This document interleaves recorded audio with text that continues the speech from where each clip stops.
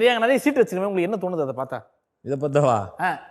ஏதோ ஏடா கூடமா மாட்டி விட போறீங்க. வழக்கமா கிளி வந்து சீட் எடுக்கும், சீட் எடுத்துட்டு ஃபார்ச்சூன், அதாவது பக்கத்துல உட்கார்ந்துக்கு உங்களோட ஃபார்ச்சூன் எப்படி இருக்குங்கிறத சொல்லும். ஆனா சீட் எடுத்து அந்த கிளியே தன்னுடைய ஃபார்ச்சூன் வந்து பாத்துக்க போகுது. சோ அந்த வகையில வந்து நீங்க இப்ப சீட் எடுக்க போறீங்க. நாங்க ஒரு சில கேள்விகள்லாம் கேட்போம், அந்த கேள்விக்கான விடை தான் அந்த சீட்டு. ஓகேங்களா? ஓ சரி.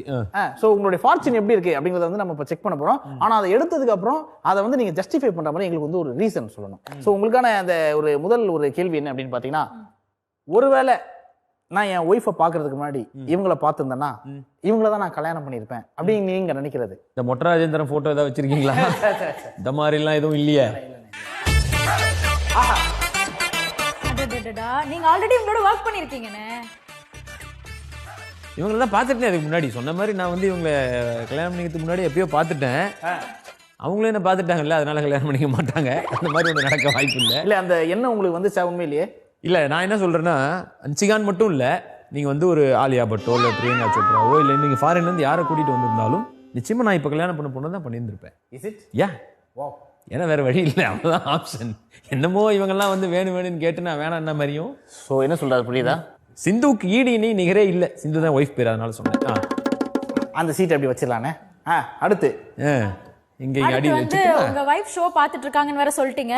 சிந்து, உங்களுக்காக நான் ஒரு क्वेश्चन கேக்குறேன். சோ சிந்துக்கே இந்த விஷயம் தெரியாது, ஆனா எனக்கு இவங்க மேல ஒரு பெரிய கிரஷ் இருக்கு அப்படினா யாரு அப்படிங்கறத நீங்க எடுக்க போறீங்க. இப்போ இருக்குது ஆஃப்டர் மேரேஜ். சன்னி லியோனா? அப்போ அது உங்களுக்கு இருக்கிற கிரஷ்ன்றீங்களா? நீங்க எதிர்பார்த்தது என்ன? ஸ்டேட் மாதிரி மறுபடியும் இவங்களோட நீங்க வர்க் பண்ணிருக்கீங்க. ஆமா.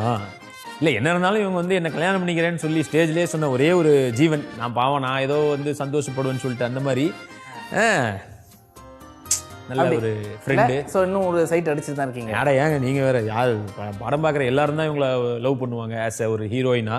இவங்க கூட நடிக்கிறதா இருந்தா என்னோட பேமெண்ட் கூட நான் இவங்களுக்கு தர தயாரா இருக்கேன் அப்படின்னு நீங்க சொல்ற ஒரு ஆள். அடடா, எங்களுக்கே தெரிஞ்சுக்கணும்னு ஆவலா இருக்கு. சின்ன நடிகை கொடுக்கலாமே, தப்பு இல்லையே. Is it? ஆமா, பதிலுக்கு அவங்க பேமெண்ட் வாங்கிக்கிறேன், ஏன்னா அதுதான் அதிகம். அது எவ்வளவு தெரியுமா? அது போதுங்க, பல கோடி. என்னங்க இன்னைக்கு வேற லெவல் ரைடு வர வச்சிடறேன் இப்பெல்லாம் பேசி ஈஸி. இன்னைக்கு வந்து எவ்வளவு பெரிய இது, அண்ணாத்தில் வேற நடிக்கிறாங்க. இதை விட வேற என்ன வேணும்ன்ற நான். ஸோ கீர்த்தி வந்து மனதிற்கு மிக நெருக்கமான ஒரு ஃப்ரெண்டுன்னு சொல்லலாம். ஒரு குடும்பத்தில் ஒருத்தி அந்த மாதிரியே சொல்லலாம்.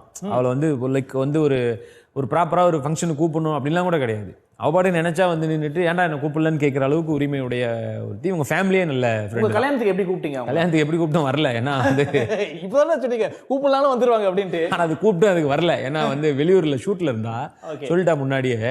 எதுக்கு வந்து கல்யாணத்துல குழப்பத்தை ஏற்படுத்தணும் அப்படின்னு சொல்லிட்டு கூட வராமல் இருந்திருக்கலாம். பட் எனிவேஸ் வரல. பதிலுக்கு இவ கல்யாணத்துக்கு நான் போகாம இருக்க முடியாது, போயிடுவோம். Okay fine fine. சோ நல்ல ஃப்ரெண்ட் இல்லையா அவங்க உங்களுக்கு? ஆமா. சோ இவங்க கூட நடிச்சா பேமெண்டே வேண்டாம் அப்படிங்கிற மாதிரி ஃபார்ச்சூன் சொல்லிருக்கு. சோ என்ன மாதிரி படமா இருக்கணும்னு நீங்க பர்சனலா ஆசைப்படுறீங்க? அண்ணாத்தையே சொல்லலாம். அது ஏன் சொல்றேன்றது நீங்க படம் பார்த்தோன்னே தெரிஞ்சுப்பீங்க. அந்த மாதிரியான ஒரு ரோல் அதுல இருக்கிறதுனால. ஆமா. சோ படம் பார்த்த உடனே படம் பார்த்த உடனே உண்மையிலேயே நீங்க அந்த ஃபீல் பண்ணுவீங்க. ஆமா இந்த சொல்லலாம். சரி ஓகே, லாஸ்ட் போட்டோ ஆன் ஸ்கிரீன்ல இல்ல எடுத்துறாதீங்க. ஆமா, ஆன் ஸ்கிரீன்ல வந்து கிஸ்ஸிங் சீன் நடிக்கிறதா இருந்துச்சுன்னா வேற லெவல்ல நான் பெர்ஃபார்ம் பண்ணுவேன் இவங்க கூட.